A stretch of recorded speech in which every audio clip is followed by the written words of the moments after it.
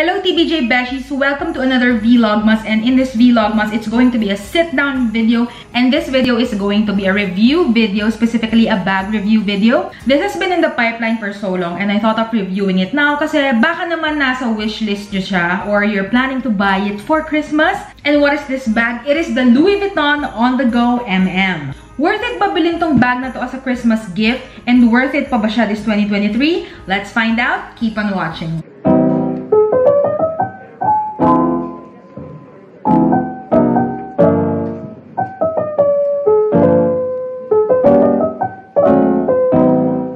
Alright, so we will be covering the following. Number 1 is the history of the bag. Number 2, technical details of the bag. So we're going to talk about the size, the materials, the price, and the dimensions. Number 3, user-friendliness. How is this bag in real life? Ito na yung actual review. Number 4, the wrap-up or my final thoughts about this bag. And number 5, a mod shot. History muna tayo. Well, this bag does not have quite a history yet because this is just 2019, 2022. This is just nearly 4 years old. This was released in 2019 when big bags were coming back and it was all the rage. The big bag trend was actually started by Christian Dior, and that was the book tote. And I think the most successful bag and brand that has followed Dior book tote's footsteps is On The Go. And this one has become a massive success, just like book tote. This is also LV's first foray into the giant monogram prints. Alright, so when it comes to materials, this is the first original On The Go material. This is the monogram canvas. And then afterwards, it came already in different materials. So we have leather, specifically in Empreinte leather. And right now, meron na tayo ng mga denim. And this also came in textile material and specifically in the 1854 Nicolas Ghesquière collection. And originally, this came in the GM size. GM stands for Grand Model. A lot of people found it too big eventually, and they long for something that's a bit smaller than GM. So they released MM or Moyenne Model, which proved to be one of the most successful, if not the most successful, on-the-go size in the market. Tapos, meron na sila nung PM or Petit Model. I got this in 2021 and the store price was around 154K. But I went to Greenbelt sometime in May of 2022 and the current retail price of the On-the-Go MM in the classic monogram canvas material is around 170K na rin.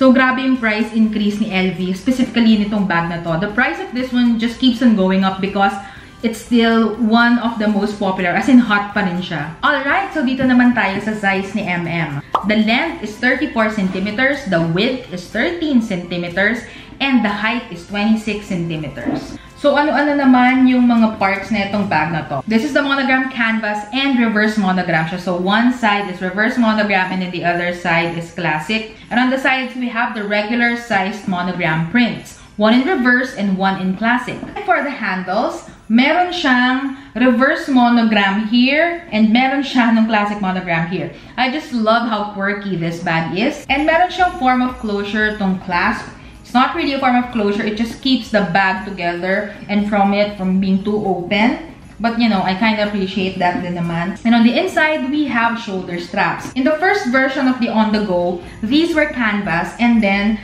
they came in the reverse monogram prints with the smaller logos. And that was made from canvas. However, that came with a lot of quality issues. So a lot of people were saying yung canvas material, number 1 sa feel, they found that it was very uncomfortable on the shoulders if the bag tends to get heavy. Kasi canvas siya. Manipis tapos may tendency yun na mag-slice sa skin. And number 2, people have reported that after some time, the canvas straps, yung gum on the side, yung parang seal dito, were kind of peeling and it wasn't a nice sight. So, ang dami niyang naging returns. And eventually, the second batch of the On-the-Go bags, they got rid of that canvas shoulder strap and replaced it with leather straps in the shade black. Now, a lot of people were kind of fine with this because, you know, material is softer since it's leather. So they found that it's very comfortable to wear on the shoulders already. However, aesthetically, people didn't like yung parang merong, ano to, may eyesore, biglang may black inside. And I think a lot of people love the change in material. That's why LV up till now has been using the black leather straps and has retained this. Ako naman yung, for me, I don't really mind. It's black, it's very discreet. This could be brown for all I care. Pero ako, between aesthetic and functionality and comfort, I would go more for functionality and comfort. On the inside, we have here a zip compartment. So ayan siya. I don't really put a lot here, and it has gold hardware. And then we have 2 open compartments here for cell phones, parking tickets, and whatnot. I've had this bag for a year already, and yan, mukhang maganda pa siya. Okay, so those are the parts. Now, doon naman tayo sa user-friendliness ng bag, and aka bag review. Alright, so this bag, one of the reasons why I decided to get this is because I wanted to have a city bag. My city bag originally is the LV Neverfull, but it looks beaten up already kasi 13 years na yan. I just keep it na lang for travel because when I travel, I bring totes, and that's my go-to travel tote kasi since luma na siya, don't really mind if it gets a bit dirty. Plus, matibay talaga, and it's, you know, lightweight. Very handy. Now, I wanted like a city bag, something that I can bring to work when I go to meetings and put my laptop in. Kasi I don't like bringing a separate laptop bag and a separate handbag. Gusto ko nasa isang bag na siya. So, that was the intention behind the purchase. That's why I decided na lang to go for this. Because, number one, because it is more functional. Because meron siyang strap. So, this one, I can carry this 2 ways. And number 2, it has pockets. Oh my god. As in, sobrang, I love bags with pockets. And number 3, it comes in the monogram material. Subukan ng monogram material. I have like 3 LV bags here, and I've had, you know, a Speedy before. And talagang walang kaarte-arte ang monogram material ng LV. So it is really a great luxury handbag for everyday. And since I intend to use it as a work bag, I want a bag that won't really bother me if ever, you know, I get rain splatter on it, food splatter on it. I want a bag that I know that I can just wipe easily if I get stains. And I don't want to worry about, you know, damaging the bag if I need to put it down when I need to. So yun, in short, ayoko nang alaga in a work bag. So that's why, you know, binili ko to. A lot of people are using this for travel. I am of a different opinion here, but I don't think that this is a good travel bag precisely because it is so stiff. This bag is stiff, beshi. As in, tingnan nyo, hindi ko nga ma-fold yung base. And of course, when you travel, your bag will take more beating because you have to put it in the conveyor belt. Tapos you have to chuck it sa overhead compartment or under the airplane seat. Di ba pag nagtatagal ka, binabali-balibag mo lang yung mga bags. And trust me, I think after one trip, this will just look so beaten up precisely because it's stiff. So it's not meant to be flexible. So let's say if you put it in the overhead compartment, it will really get squished and it will get deformed. Hindi siya travel bag for me. It's really a work and city bag. Another reason why I got this is because I just find this so stylish. Awan ko, nagustuhan ko yung big monogram logo.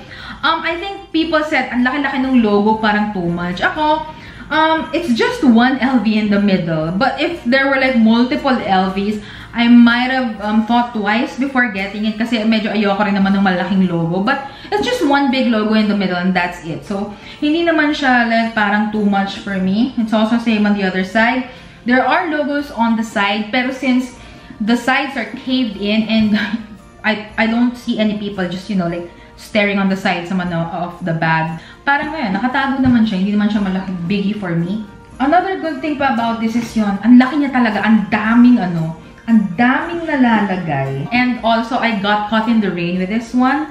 Okay siya, pinunasan ko lang, walang stains whatsoever. In short, hindi nga siya ganun kaalagain. Plus, since it's quite stiff, this will, you know, retain its shape for, you know, for a long time. Tapos, love na love ko to kapag kunyari, nagsha-shopping or nag-grocery kasi yung mga stuff, kunyari maliliit lang naman. diretso talaga siya dito. And also, I love using this as a weekender and an out-of-town bag. So, yun lang. That's the only time that I would bring this for travel. Yung mga by land travel lang. So, anong downsides naman itong bag na to? Number 1, yung size. Malaki talaga siya. So, it's really prone to damage and stains just because it's big. And number 2, this has a tendency to get heavy if you stuff it with stuff. And number 3, ayun nga, parang since it's big, and alam mo naman sa Pilipinas, you know, there are a lot of small spaces, specifically restaurants, and sometimes you just don't have any place to put your bag in.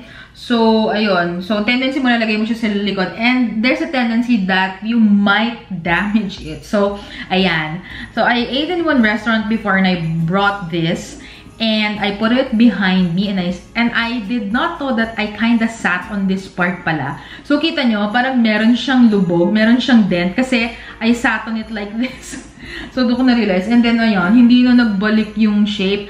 Actually, even if you don't sit on it, medyo inevitable because if you are bringing this by the shoulder, yung arm mo talaga maglaland siya dito sa center. So, the first part that will get a dent will be the center. And also, another caveat is yung inside. It is a gorgeous bright shade of red. However, canvas ko, this is untreated canvas. So, if madumi yung kamay mo, ayun, magkaka-stain talaga siya. Ako, I have a couple of makeup stains here. Hindi naman siya masyadong halata, pero, ayan, parang may mga white na siya. So, buti na lang hindi ko ito masyado nagagamit ngayon because I have bags here and mas preferred ko ginagamit to. Plus, medyo balik work from home na naman. Wala rin masyadong meetings. So far, yun lang naman yung caveat ng bag. Okay, so what are my final thoughts on this bag? So actually, I am very happy with my purchase because I have used this as I've intended, and that is, it is a work bag for me. And also, I love the style. Gusto ko yung iba-iba yung designs niya. Hindi ko masabi perfect kasi as someone who's been buying sa boutique, parang wala talagang perfect na bag. Kasi parang, alam mo yon, 99% perfect pero may something talaga. I mean, it's very prone to damage and certain errors kasi nga leather and bag siya, hindi na-transport. So, yun. Alright, so that's it for On The Go. I would give this like a 9 out of 10 rating. 9 out of 10, -1 lang because of the size yun nga, sobrang laki, and yun, sobrang rigid lang. But still, i-recommend ko to, like one of my best LV purchases ever. And even my husband said, ang ganda daw nitong bag na to. To wrap this up, I'm just going to show you what fits inside this bag. Plus, we are going to do a quick mod shot. Okay, Beshies, I will only put what I normally bring on a daily basis. Let's start with an iPad. I don't bring a laptop anymore because I just find it too heavy. And besides, I have a magic keyboard so I can convert my iPad into a semi-laptop. So this is an 11-inch iPad Pro and it fits perfectly. Ayan siya. However, kapag may case to, I have to like store it sideways because the case is pretty thick. Now, can it fit a 13-inch MacBook? Yes, it can. But you have to store it sideways. Because if you store it like straight, may tendency na bumuka to. Na ganyan. Tinanggal ko na yung iPad mahirap mag-review kasi na mayroong mabigat inside. If I fit my iPad, I can put my Gentle Monster shades and kaya kong dalhin itong napakalaking case niya. And I will bring a bottle of perfume. So this is my Jo Malone perfume. This is the biggest size. I don't know what size is this. I have my wallet. I only have a small wallet. It's this one. Card holder. Yung makeup kit ko naman, ganito lang siya kalaki. And then, I have here something that will represent my iPhone 13. Ayan. Actually, pwede pa ako maglagay ng suklay. So, I have here my trusty goodie comb. Oh my God. Alam niyo ba parang 10 years na sa akin to? I mean, mga 8 years. 8 to 10 years. Of course, I don't recommend that you fill your bag to the brim kasi masisira. And besides, mabigat. Ayan ang malalagay mo sa On The Go Besh. Ang dami. Ayan, may space pa sa taas. So, you can put a cap, an extra, a jacket, shawl inside. Ang dami ka malalagay, Besh. Pwede kang maglagay pa ng book, mga ganon. And finally, let's do some quick mod shots with this bag.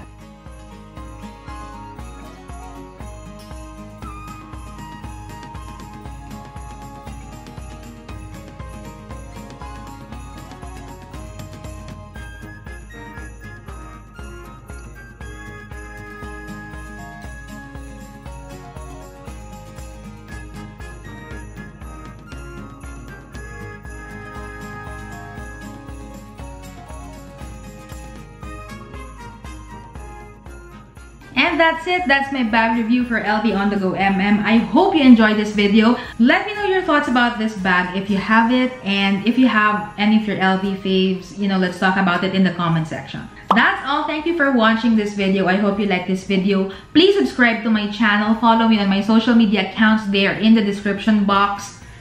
And I hope to see you again in the next video, Beshies. Bye!